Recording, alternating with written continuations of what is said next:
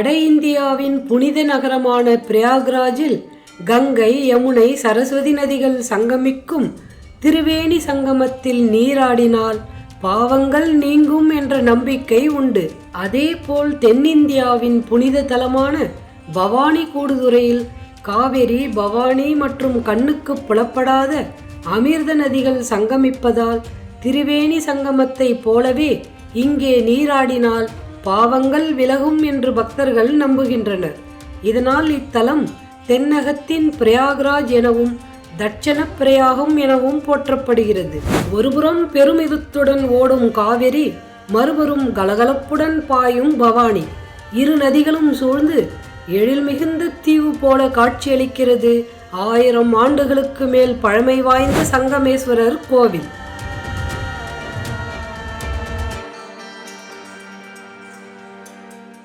பூலோகத்தின் புனித தலங்களை தரிசித்து வந்த குபேரன் இத்தலத்துக்கு சென்றபோது அங்கே காணப்பட்ட காட்சி அவனை ஆச்சரியத்தில் ஆழ்த்தியது.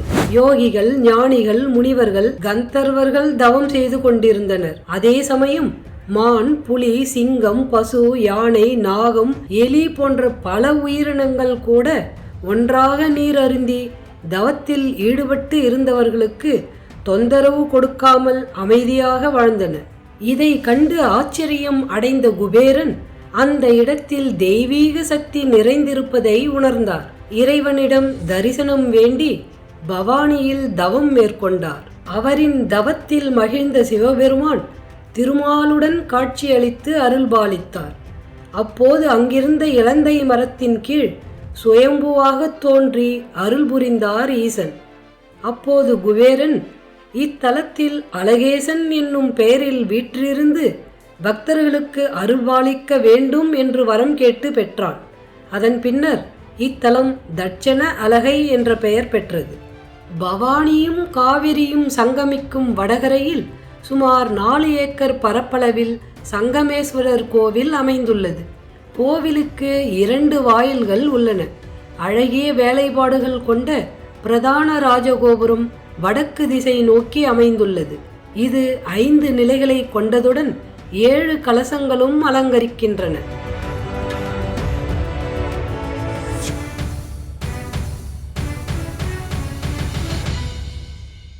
வேதநாயகியின் சன்னதி கிழக்கு நோக்கி அமைந்துள்ளது. அதன் வலப்பக்கமாக சுப்பிரமணியர் சன்னதி உள்ளது. சுப்பிரமணியர் சன்னதியை கடந்து சென்றால் மூலவரான சங்கமேஸ்வரர் சன்னதி உள்ளது. சங்கமேஸ்வர பெருமான் அங்கே சுயம்பு மூர்த்தியாக அருள்பாலிக்கிறார். மேலும் அம்பாள் மற்றும் சுவாமி சன்னதிகளுக்கிடையே முருகன் சன்னதி அமைந்திருப்பது இக்கோவிலின் தனிச்சிறப்பு. இது சோமாஸ்கந்த அமைப்பு கோவிலாகும். அருணகிரிநாதரின் திருப்புகழில் இத்தலத்தில் உள்ள முருகப்பெருமானை பாடியுள்ளார்.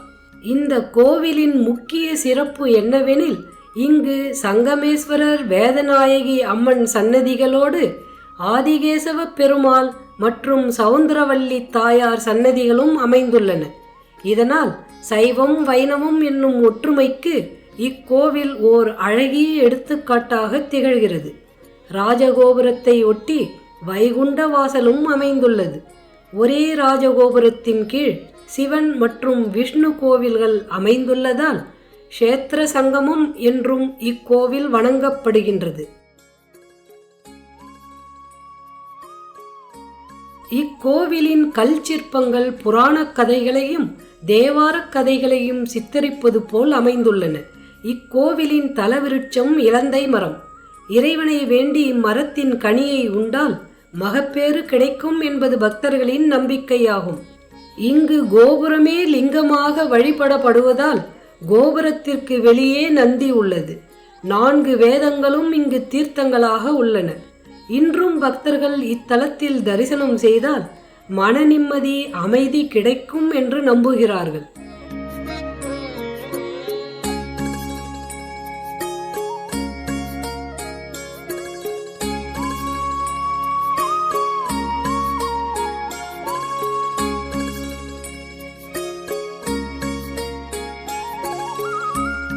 இத்தலம் 4 மலைகளுக்கு நடுவே அமைந்துள்ளது.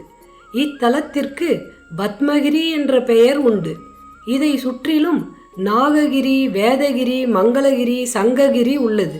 பெருமாளுக்கும் தாயாருக்கும் நடுவே யோக நரசிம்மர் லட்சுமியுடன் சாந்தமாக அருள்கிறார். சிவன் சன்னதிக்கு பின்னால் பஞ்சபூத லிங்கங்கள் உள்ளது. ராவணன் இங்குள்ள சகசிரலிங்கத்தை பூஜை செய்துள்ளான். இத்தல விநாயகர் சங்கம விநாயகர் என்ற திருநாமத்துடன் அருள்பாலிக்கின்றார். இக்கோவிலில் உள்ள சன்னீஸ்வர பகவான் சன்னதி மிகவும் சக்தி வாய்ந்தவர் என்ற நம்பிக்கை மக்களிடையே உள்ளது. கோவிலின் தெற்கு பக்கம் 63 நாயன்மார்களின் திருவுருவங்கள் உள்ளன. இக்கோவிலில் உள்ள அமிர்தலிங்கேஸ்வரர் சன்னதி சிறப்புடையது. லிங்கத்தின் பானப்பகுதியை எடுத்து இடையில் வைத்து கொண்டு ஆவுடையாரை வலம் வந்தால் குழந்தை இல்லாதவர்களுக்கு மகப்பேறு கிடைக்கும் என நம்பப்படுகிறது. 1000 ஆண்டுகள் பழமை வாய்ந்த இந்த கோவிலை சுற்றிலும் பல்வேறு லிங்கங்கள் இருந்தாலும் கோவில் வளாகத்திலேயே காவிரி கரையோரும் காயத்ரி லிங்கேஸ்வரர் தனி சன்னதியில் அருள்பாலிக்கிறார். நதிக்கரையில் தனியாக லிங்கம் அமைத்து காயத்ரி மந்திரம் சொல்லி விஸ்வாமித்திரர் பிரதிஷ்டை செய்ததால் இது காயத்ரி லிங்கம் எனப்படுகிறது. ஜுரஹரேஸ்வரர் தனி சந்நிதியில் அருள்கிறார். ஜுரஹரேஸ்வரர் 3 கால்கள், 3 கைகள், 3 தலைகளுடன் காணப்படுகிறார். அடிக்கடி காய்ச்சல், தோல்வியாதி, மனநோயால் பாதிக்கப்பட்டவர்கள் இவருக்கு அபிஷேகம் செய்து மிளகு ரச சாதத்துடன் அரைக்கீரை கூட்டு நைவேத்தியம் செய்து வழிபட்டால் உடனடி நிவாரணம் கிடைப்பதாக கூறப்படுகிறது. வாயு சம்பந்தப்பட்ட வியாதிகளுக்கு இவரை வில்வத்தினால் அர்ச்சித்து அதை உணவில் சேர்த்து கொண்டால் நலம். திருஞான சம்பந்தர் இத்தலத்திற்கு வருகை தந்தபோது அவருடைய அடியார்களை ஜுரநோய் பீடிக்க இங்குள்ள ஜுரஹரேஸ்வரரை வழிபட்டு அவர்கள் நோய் நீங்க பெற்றார்கள் என கூறப்படுகிறது. எனவே குழந்தைகள் முதல் பெரியவர்கள் வரை நோய் பாதிப்பில் இருப்பவர்கள் இன்றும் ஜுரஹரேஸ்வரரை வணங்கினால் நோய் குணமாகும் என்ற நம்பிக்கை கொண்டுள்ளனர். அமிர்தலிங்கேஸ்வரர், சகசிரலிங்கேஸ்வரர் மற்றும் காயத்ரி லிங்கேஸ்வரர் என பல்வேறு மூர்த்திகள் ஒருங்கிணைந்து உள்ளதால் மூர்த்தி சங்கமம் என்றும் இக்கோவில் வணங்கப்படுகின்றது. தேவார பாடல் பெற்ற 276 திருத்தலங்களில் ஒன்றான பவானி சேர, சோழ, பாண்டிய மன்னர்களின் திருப்பணிகள் மேற்கொண்ட ஆலயம் ஆகும். 1804ஆம் ஆண்டு ஆங்கிலேயர் ஆட்சி காலத்தில் கோயம்புத்தூர் மாவட்ட ஆட்சியாளராக கேரோ என்ற ஆங்கிலேயர் பணியாற்றினார். அவர் தனது ஆட்சி பொறுப்பின் காரணமாக பவானிக்கு வந்து அங்குள்ள ஆய்வாளர் மாளிகையில் தங்கியிருந்தார். இரவு படுத்து உறங்கும் போது மின்னலுடன் இடி இடித்து கொண்டிருந்தது. அப்பொழுது கேரோ உறங்கிக் கொண்டிருந்த போது திடீரென ஒரு சிறுமி வந்து அவரது கையை பிடித்து அவசரமாக வெளியே இழுத்து வந்தது. அவர் வெளியே வந்த மறுநிமிடம் பேரிரைச்சலுடன் மாளிகையின் கூரை முழுவதும் இடிந்து விழுந்து நொறுங்கியது. அதிர்ச்சி அடைந்த துரை தன்னை எழுப்பிய அந்த குழந்தையை திரும்பி பார்த்தார். அந்த சிறுமி மெதுவாக நடந்து சென்று கொண்டிருப்பதை கண்டார். கேரோ கூப்பிட்டார். அந்த சிறுமி திரும்பாமல் சென்று கொண்டிருந்தாள். கேரோ பின்தொடர்ந்து வேகமாக சென்றார். அவர் அந்த சிறுமியை சென்றடையும் முன் அவள் கோவிலுக்குள் சென்று மறைந்து விட்டாள். அப்போதுதான் அன்னை வேதநாயகியே குழந்தை வடிவில் வந்து தன்னை காப்பாற்றியதை உணர்ந்து கேரோ திகைப்பும் மகிழ்ச்சியும் அடைந்தார். அம்பிகையை நேரில் தரிசிக்க எண்ணினார். ஆனால் பிற மதத்தினர் ஆலயத்தினுள் புக அனுமதிக்கப்படாததால் அந்நெறியை மீற மனமின்றி அம்பாள் சன்னதி எதிரே வெளிமதிலில் சிறு துவாரம் செய்து அதன் வழியாகவே அம்பாளை கண்குளிர தரிசித்தார். தன் உயிர் காத்த அம்பிகைக்கு நன்றி கடனாக பள்ளியறையில் வைப்பதற்கு தந்தத்தாலான ஊஞ்சல் ஒன்றை பரிசாக அளித்தார். அதில் அவரது கையொப்பமும் உள்ளது. இந்த அருள் கூர்ந்த நிகழ்வு 1804 ஜனவரி 11ஆம் நாள் நடைபெற்றதாக கூறப்படுகிறது. தமிழகத்தின் சிறந்த பரிகார தலங்களில் பவானி முக்கியமான ஒன்றாக கருதப்படுகிறது. இங்கு தினமும் பரிகார பூஜைகள் நடைபெறுகின்றன. பிறப்பு முதல் இறப்பு வரை ஏற்படும் அனைத்து தோஷங்களும் இங்கு பரிகாரம் செய்யப்படுகின்றது. நாட்டின் பல பகுதிகளில் இருந்து பக்தர்கள் வந்து தங்கள் தோஷங்களுக்கு தீர்வு பெறுகின்றார்கள். நாகதோஷம் உள்ளவர்கள் கல்லால் செய்யப்பட்ட நாகரை கொண்டு வந்து ஆற்றங்கரையில் உள்ள விநாயகர் அருகே பிரதிஷ்டை செய்தால் தோஷம் நீங்கும் என்கிறார்கள். செவ்வாய் தோஷம் உள்ள ஆண்கள் வாழை மரத்துக்கு தாலி கட்டி அதை ஆற்றில் விடுவர். பெண்கள் அரசங்கொத்துக்கு பூஜை செய்து அதை ஆற்றில் விடுவது வழக்கம். புரட்டாசி அமாவாசை, தை அமாவாசை ஆகிய தினங்களில் இத்தலம் சிறப்பு பெறுகிறது. இந்நாட்களில் ஆயிரக்கணக்கான பக்தர்கள் கூடுதுறைக்கு வந்து முன்னோர்களுக்காக தர்ப்பணம் செய்து பிண்டம் செலுத்துவது வழக்கம். ஆடி 18 அன்று பவானி பக்தர்களின் கூட்டத்தால் நிரம்பி வழிகிறது. அந்நாளில் சுமங்கலி பெண்கள் தேங்காய், பழம், பூ, காதோலை, கருகமணி, மஞ்சள் கயிறு போன்றவற்றை வைத்து காவிரி அம்மனை வழிபடுவர். காவிரி அம்மனுக்கு தீபாராதனை செய்து மாங்கல்யம் நிலைக்கவும் திருமணமாகாதவர்கள் திருமணம் கைகூடவும் வேண்டி மஞ்சள் நூலை கையில் அணிந்து கொள்வர். பூஜை செய்த பொருட்களை ஆற்றில் விட்டு வழிபடுவர்.